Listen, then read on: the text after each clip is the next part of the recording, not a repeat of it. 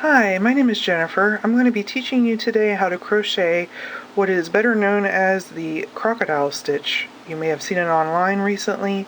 I call it a scale stitch or a shingle stitch, but otherwise it's known as a crocodile stitch.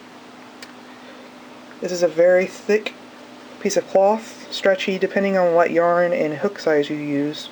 I used worsted weight yarn. I believe this is the yarn called I Love This Yarn. You can buy that at Hobby Lobby. I used an eye hook on this one. Here's the back. This is a very easy pattern to learn. I would say this is an intermediate skill set. If you just take your time, you can come out with a very beautiful piece of cloth. I used it to make a neck warmer, or you can use it to make a scarf, or I've seen a dress made out of it. Any way you want to do it. There's other patterns online that actually have it in a more shingle, just one on top of the other, rather than one scooted over back and forth like shingles. So you can do it either up and down and just straight rows, or you can change it up to make it look like a crocodile scale skin, or whatever you want to call it. So, to begin, I have my yarn, which is all over the place. And you start with a slip knot. I'm using a worsted yarn, just the Super Saver yarn, I guess. And I'm using an H hook right now. Hopefully you'll be able to see this okay. So tighten my knot. And you're going to count your stitches in increments of 3. Now I'm just going to do a small swatch for demonstrating purposes.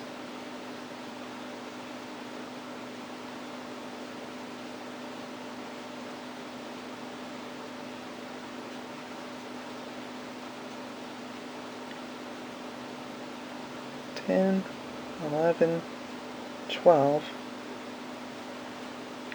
Alright, 13, 14, 15.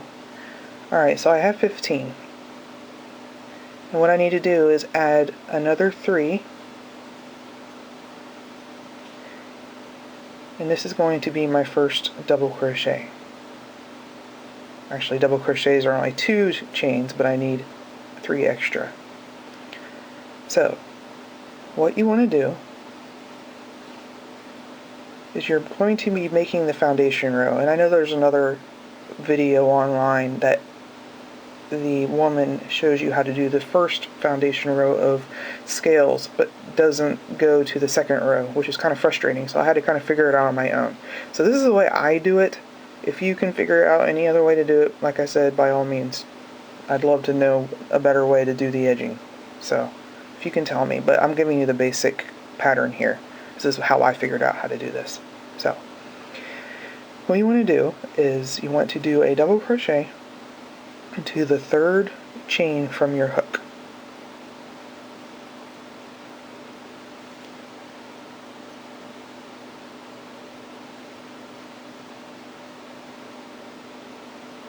And I'm going to adjust the light just a little bit.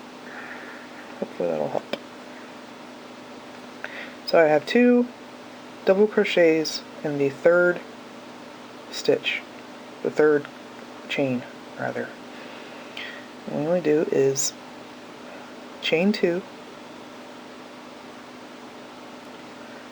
and double crochet 2 double crochets in the 3rd stitch from the last double crochet that you made. So you skip 2, or sorry, yeah, you skip 2, and in the 3rd chain, do another 2 double crochets. Okay? Pretty easy. And you keep doing that. You chain 2. You go to the 3rd chain from here, and you double crochet 2.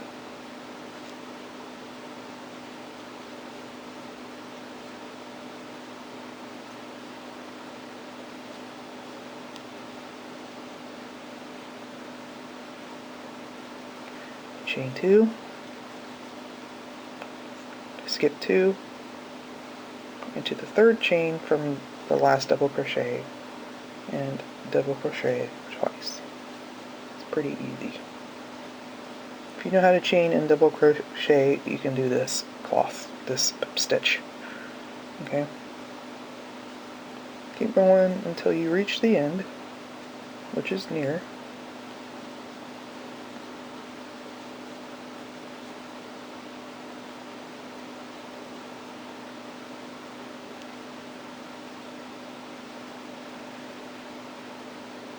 And then the last one,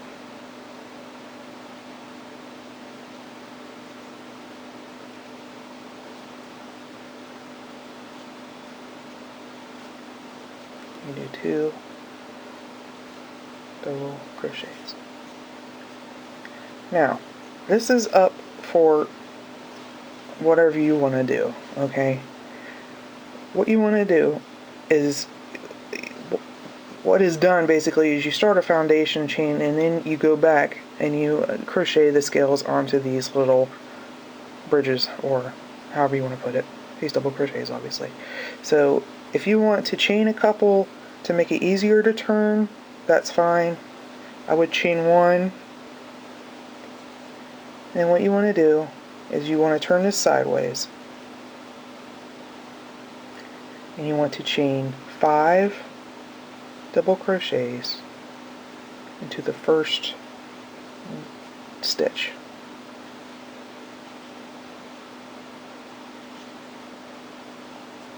There's 2.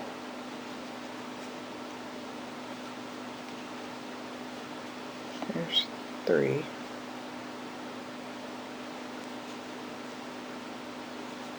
There's 4.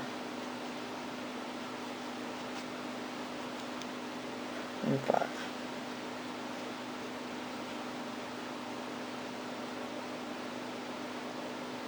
Now chain 1, and I just flipped it over. So this is the front and this is the back, okay? So I crocheted 5 double crochets into this last double crochet that I did after finishing this foundation row, okay? So what I'm going to do is flip it over. I've chained 1 after doing the 5 double crochets. And what you want to do is you want to kind of fold it over a little bit, because in this stitch here, I need to put 5 double crochets in here, okay? So I have 1. I need more yarn. 2.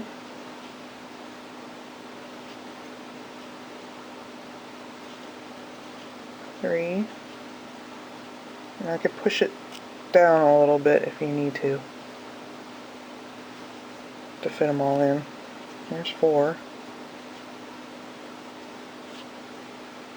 Here's 5.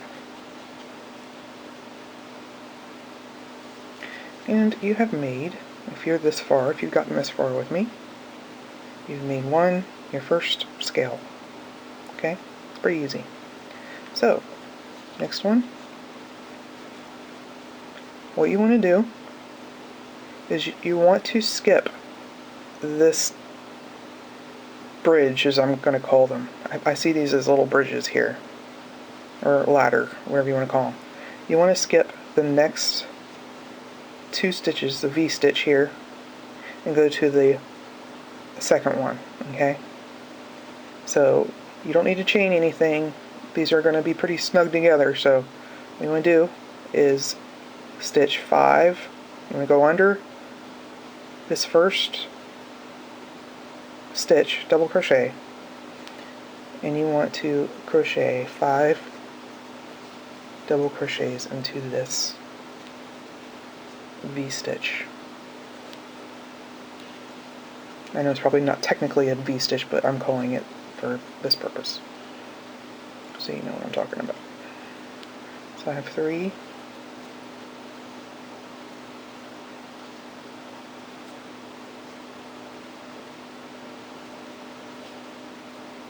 4.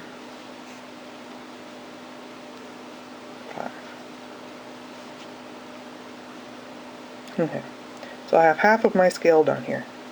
And then what you want to do is crochet one, and then kind of switch this around a little bit. So here's my first one, here's half of my second one, and like I did before, I kind of bent this down so I can get inside of this second stitch here. And I'll do 5 more.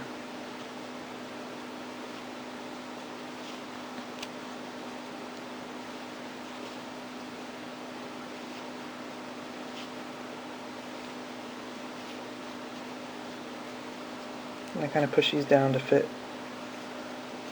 on this stitch. Here's 4, and I need one more. 5. So if I push this back around, now I have 2. Beautiful, I know. I saw this in a variegated yarn. It was very pretty. So any yarn, like I said, will do. I don't know how the fancy yarns would do, but as far as worsted weight yarns goes, it's very effective. So the next one, you want to skip this one and hop over to the next one and do 5 double crochets, just one under the last.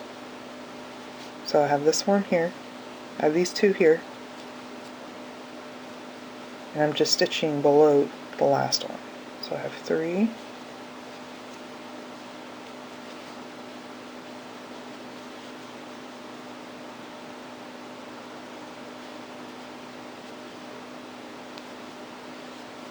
4, 5, and stitch one, chain one rather, and then turn it, bend this down a little bit so you can get in here, and do 5 more. You're kind of crocheting sideways in a way.